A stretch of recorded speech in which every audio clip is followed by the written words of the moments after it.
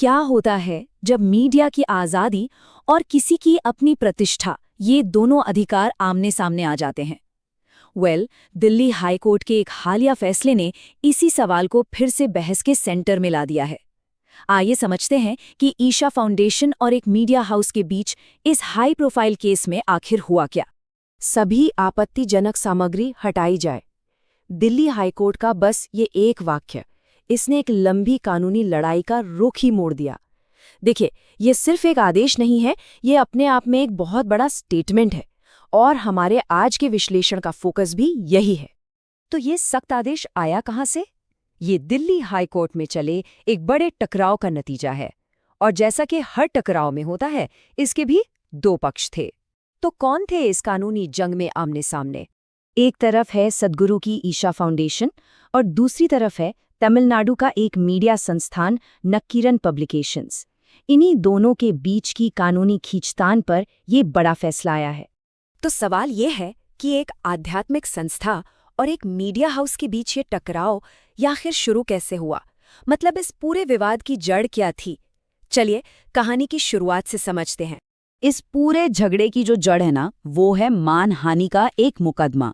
इसका मतलब ये कि एक पक्ष ने आरोप लगाया कि उसकी इज्जत को, उसकी प्रतिष्ठा को जानबूझकर नुकसान पहुंचाया गया है।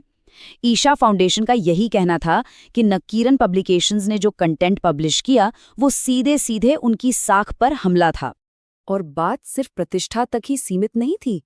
ईशा फाउंडेशन ने हर्जाने के तौर पर 3 करोड़ रुपए की मांग भी की थी। अब ये रकम अपने आप में बताती है कि मामला कितना सीरियस था। दिलचस्प बात यह है कि ये मामला सिर्फ एक अदालत में नहीं सिमट रहा। ये एक लंबा कानूनी सफर बन गया, जो दिल्ली हाई कोर्ट से शुरू हुआ और देश की सबसे बड़ी अदालत यानी सुप्रीम कोर्ट के दरवाजे तक जा पहुंचा। जरा इस केस की टाइमलाइन पर नजर डालते हैं। 2024 में दिल्ली हाई कोर्ट में केस फाइल होता है। इसके बाद कुछ तकनीकी सवालों को लेकर मामला सुप्रीम कोर्ट पहुंच गया। फिर जुलाई 2025 में सुप्रीम कोर्ट ने कहा कि इस केस की सुनवाई दिल्ली हाई कोर्ट ही करे, और आखिरकार मार्च 2026 में आया वो फैसला जिसकी हम बात कर रहे हैं। तो अब आते हैं उस दिन पर, जब जस्टिस सुब्रमण्यम प्रसाद की बेंच ने इस मामले में अपना अंतिम फैसला सुनाया। देखते हैं कि अदालत ने आखिर क्या तय किया। यहाँ अदालत का फैसला बिल्कुल दो टूक था। नक्कीरन पब्लिकेशंस चाहती थी कि ये मुकदमा ही खारिज कर दिया जाए।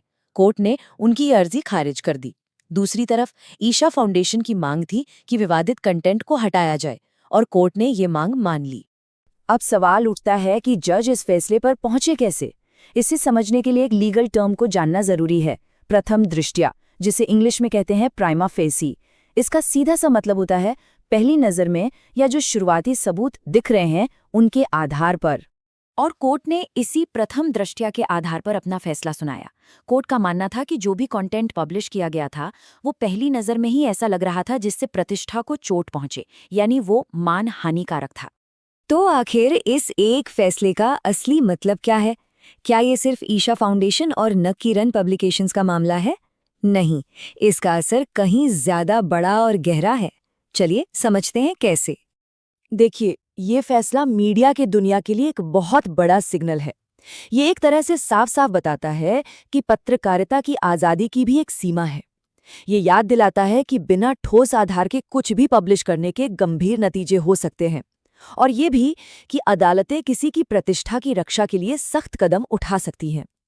और आखिर में ये पूरा मामला हमें एक बहुत बड़े और ज़रूरी सवाल के साथ छोड़ जाता है। किसी को अपनी बात कहने की आज़ादी और किसी व्यक्ति या संस्था की प्रतिष्ठा बचाने का अधिकार, इन दोनों के बीच वो सही बैलेंस कैसे बनाया जाए?